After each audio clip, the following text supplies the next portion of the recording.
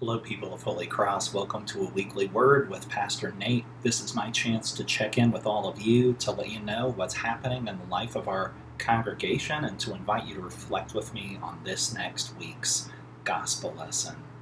First of all, I want to invite all of you to come to worship this next Sunday, July the 24th, and stay afterward. We worship at 10, so around 11, we'll gather together to share food, to have some fun together with a craft, and to reflect on a short passage of Scripture and have some conversations about our faith.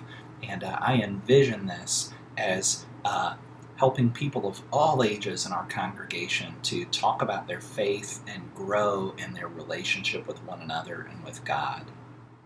Second, I want to invite all of you who are students and teachers to come to worship on July the 31st and to bring your backpacks, your briefcases, and your tools of the trade so that we can pray for you, pray for your supplies, and pray God's blessing over your lives as you begin a new school year in just a short few weeks. Last but not least, I want to invite all of you to save the date for our small group ministry for the fall. Our fall semester will begin September the 4th.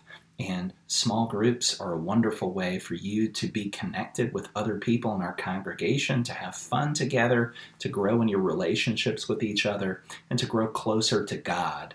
I really want to see the majority of our congregation participate in a small group. And I also want us to invite our friends and our neighbors to participate in these groups so that they can be connected to our shared life and receive the grace of God that's at work in our life together. This coming Sunday is it's July the 24th, but it's also the 7th Sunday after Pentecost, and our gospel lesson again comes from Luke, from the 11th chapter, verses 1 through 13. This is Luke's version of the Lord's Prayer. Jesus teaches his disciples to pray, and the key verse here is verse 1, when one of Jesus' disciples says to him, "Lord, teach us to pray." I think that prayer is an intuitive notion among just about every human culture. We all have this yearning, this desire that's intrinsic to being human to connect with God, to connect with the divine. And we all have needs that we believe that only God is able to supply us with. But here's the thing.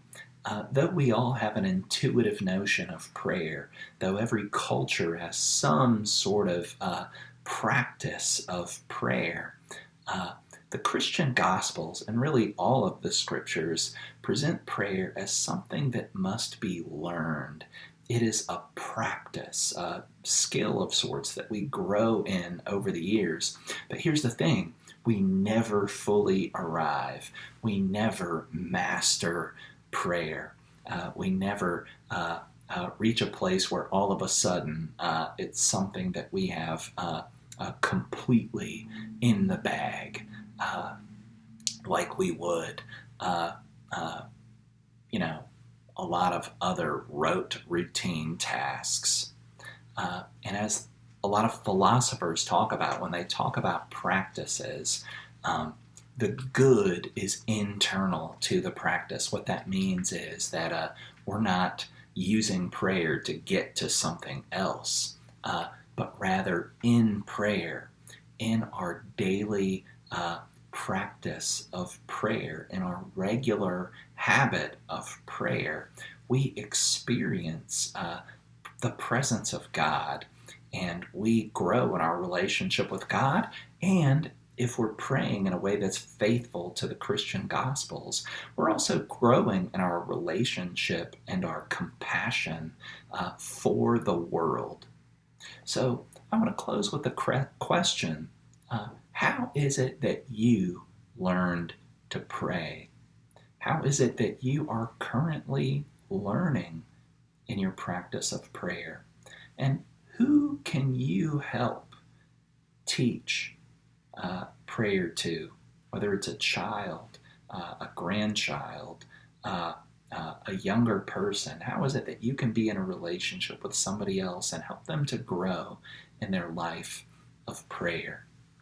The promise of this gospel lesson is that Jesus wants to teach us to pray. And because Jesus is alive, he is able to help us to grow in our prayer lives throughout the course of this life and maybe in the life to come. Let's pray together.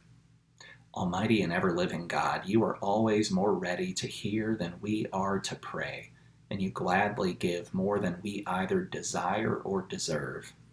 Pour upon us your abundant mercy.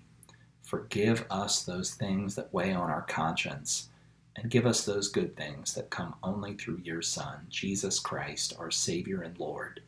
Amen. I'll see you Sunday.